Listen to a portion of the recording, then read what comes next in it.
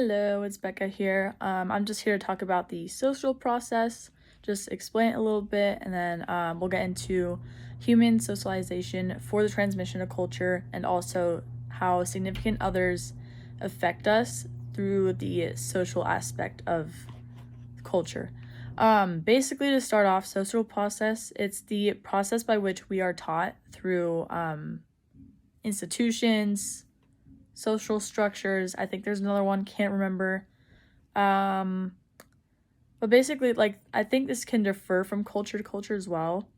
But also, it's just like these beliefs and these ideas are like ingrained into us from a very young age. And it just like we keep learning about it throughout our whole life, but it's very impactful when we're younger. Um, the other part I want to talk about was the human socialization for the transmission of culture. It's like, I think to start off, it's how society interlinks with culture to the point where, like, without society we wouldn't have a culture. I think I remember reading that in the book. I can't remember exactly. Pretty sure it's at the beginning somewhere.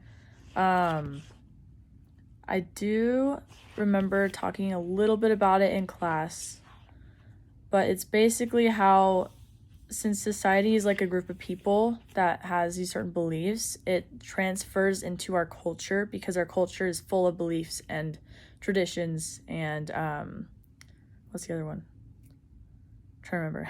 Customs, yeah. I always forget that one. But basically, like, I think what they mean by transmission of culture is like how from generation to generation we like transmit data or information about like traditions and beliefs. So like if my great-grandparents had a tradition that they only eat vegetables during Christmas, then they end up teaching my grandparents that, and then my grandparents teach my parents that, and so on. And it's just a continual chain reaction cycle, a very vicious cycle, of eating vegetables during Christmas. So yeah, I do think that's how that would work. That's just like an example. And then the last thing I want to talk about is the significant others and how they affect us socially. For example, my family is, most of them are religious. I grew up religious, Baptist. And I do know we've talked about this in class as well, but how like significant others have such a great influence and impact on us, especially when we're like raised around them and everything, more so than the people we meet later on in life, because we're around our families a lot. They're always constantly teaching us things, all that great jazz. But basically, like, since I was raised with this Baptist mentality, I guess it's not actually mentality, but just traditions, whatnot, they influenced a lot of how I think and like how I feel about myself, and just like kind of interesting. But since I've grown out of that, I've found myself in this counterculture of their own culture, of my family's own culture. So it's very interesting to see like how much of an impact significant others have, and usually they can be like good as well,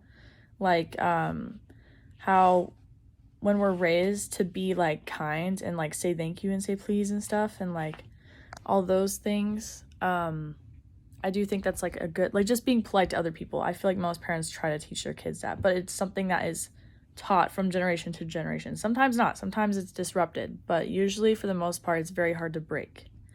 But yeah, I do feel like both of those things we learned in class. We did talk a lot more about significant others and how they affect us versus like the transmission of culture. But yeah, that's like all I had to talk about.